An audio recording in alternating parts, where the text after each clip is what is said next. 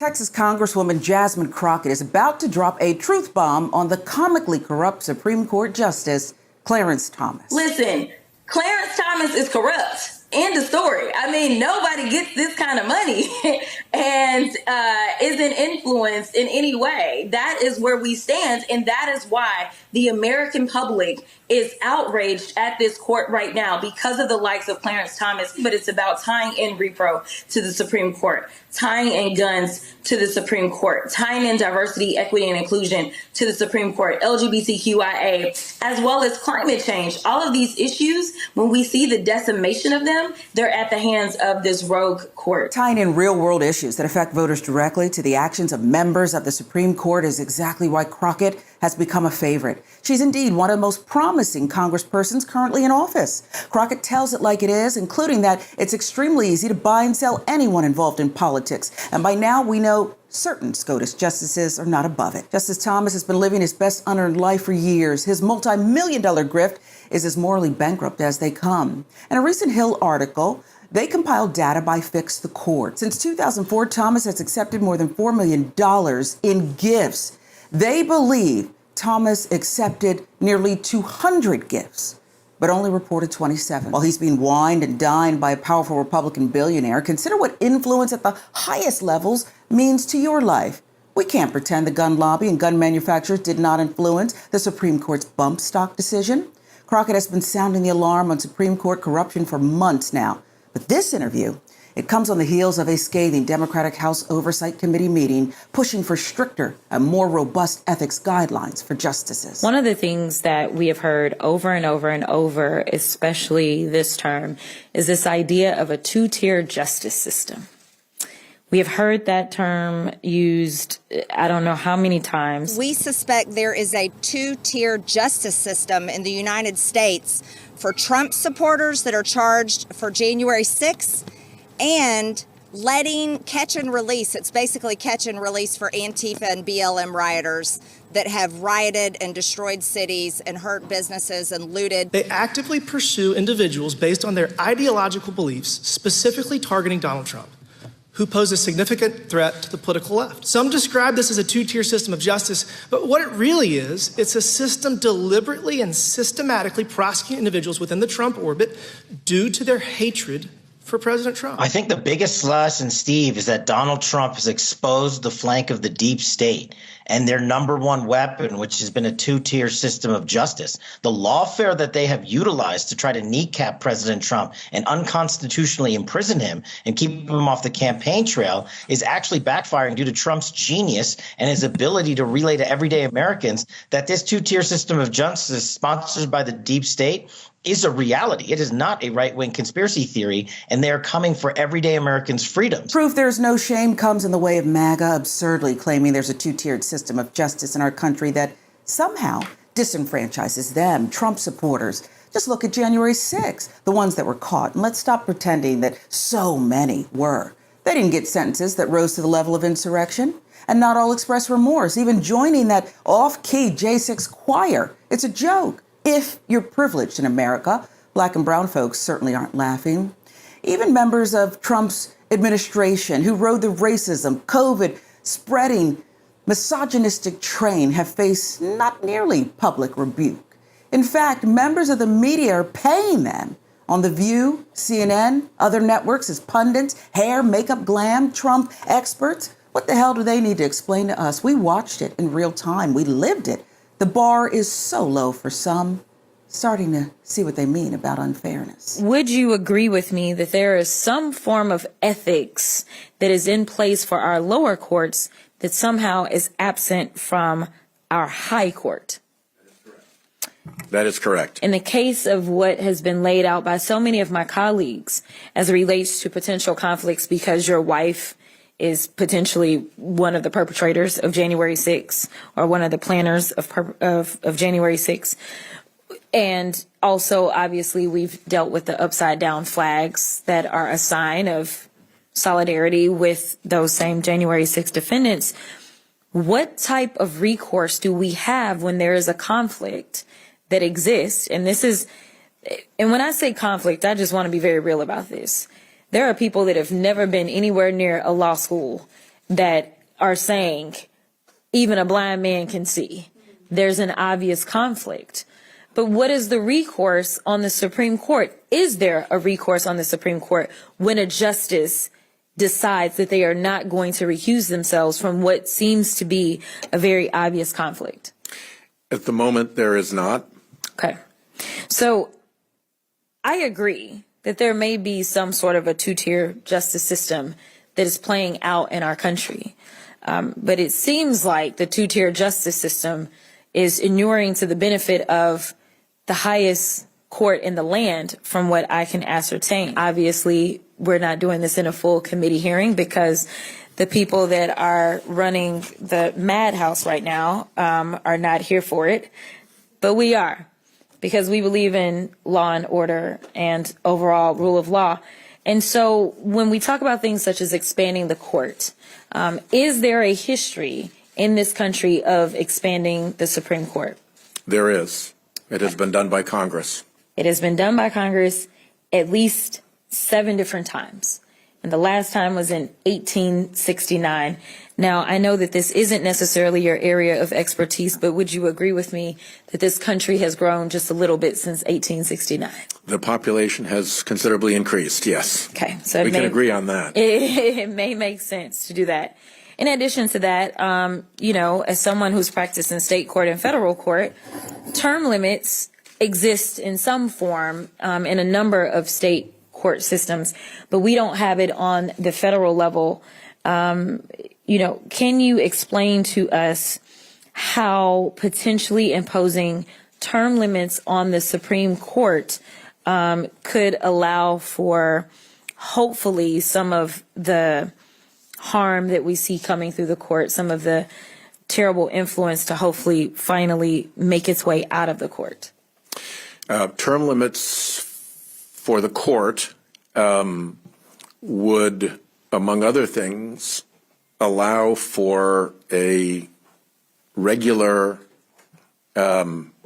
schedule of vacancies so that the court is not driven by the random fact of who the president is at a time when a vacancy emerges.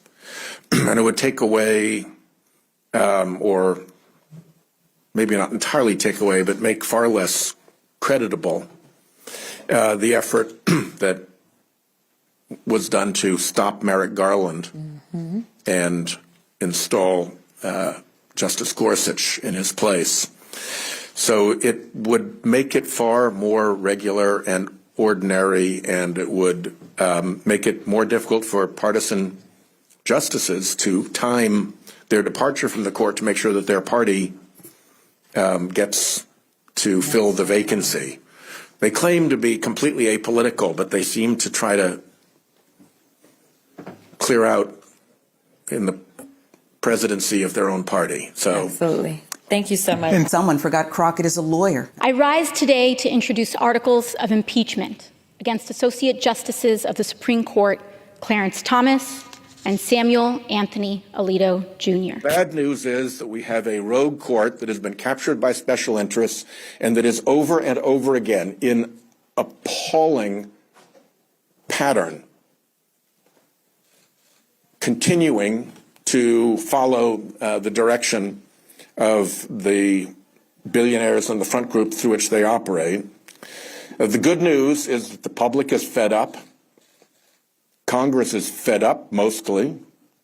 And the Judicial Conference is beginning to tighten up the rules on the Supreme Court justices. Rhode Island Democrat Sheldon Whitehouse has been ringing the alarm on the corruption of the Supreme Court and our desperate need to wrangle in their unchecked power, namely the infamous Clarence Thomas. The court has done its best to prevent the American people from fighting back through the democratic process.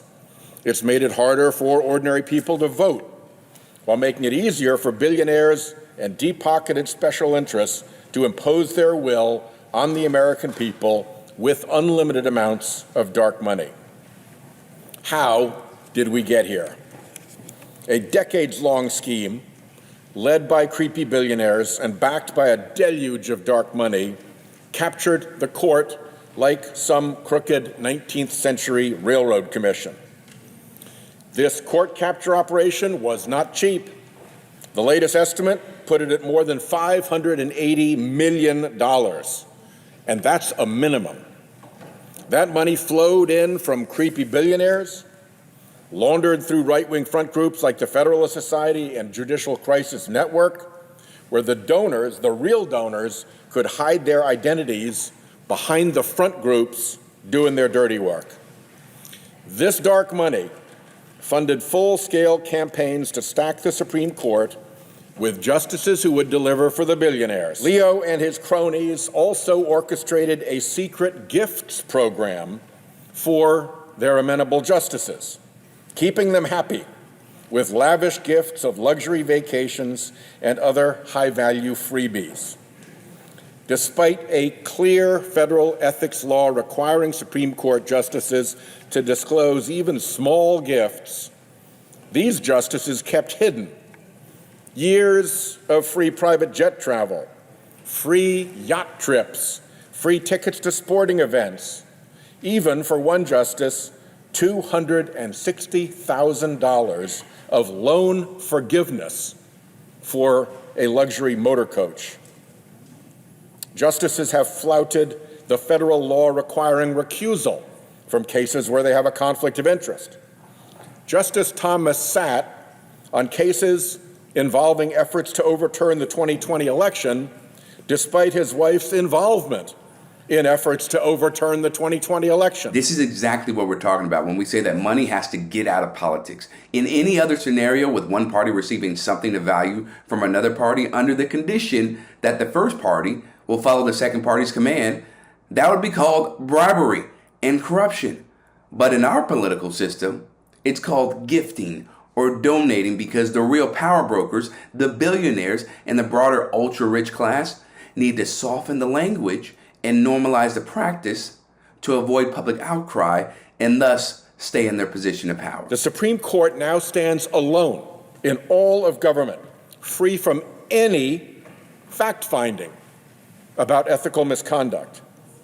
As a result, the court's legitimacy in the eyes of the American people is now at an all-time low and falling. The Supreme Court needs a binding, enforceable code of conduct. The Supreme Court should not violate one of the most basic principles of the law: nemo judex in sua causa. No one should be a judge in their own cause. Yes, that is a principle so old and so venerated that it is in Latin, and they violate it non-stop. The justices of the Supreme Court should have ethics rules at least as strict as the other branches of government, with a real process for finding out what happened and holding miscreants accountable. And overwhelmingly, Americans agree. While it is difficult, weeding out corruption in the Supreme Court and all levels of government is very achievable. It just takes the right people in positions of power to be motivated to do so. My bill would also impose stricter disclosure of gifts justice received, enhance existing recusal laws, and require the flotillas of phony front groups who lobby the court through friend of the court briefs to disclose their actual funders and connections. Democrats stand ready and willing to deliver on President Biden's and Vice President Harris's goal of bringing real transparency and accountability to the Supreme Court. President Biden and Vice President Harris also announced their support for 18-year term limits for Supreme Court justices, with new appointments to the court occurring every 2 years. That would counter the Republican Supreme Court justices' penchant for strategically timed retirements that tipped the court into Republican hands. Term limits are a common-sense proposal with long bipartisan support. Supreme Court justices, including Chief Justice Roberts, have expressed support for term limits. Even some of our Republican colleagues have endorsed the idea. And a Fox News poll earlier this month showed that this idea has support from more than 75% of Americans. Vice President Harris, a former member of the Senate Judiciary Committee herself, has echoed the president's calls for reform. Both the president and the vice president have immense respect for our Supreme Court and for a strong and independent judiciary. They've demonstrated it through their lifetimes. And that is exactly why we should listen to them when they tell us that the time has come for reform at the Supreme Court.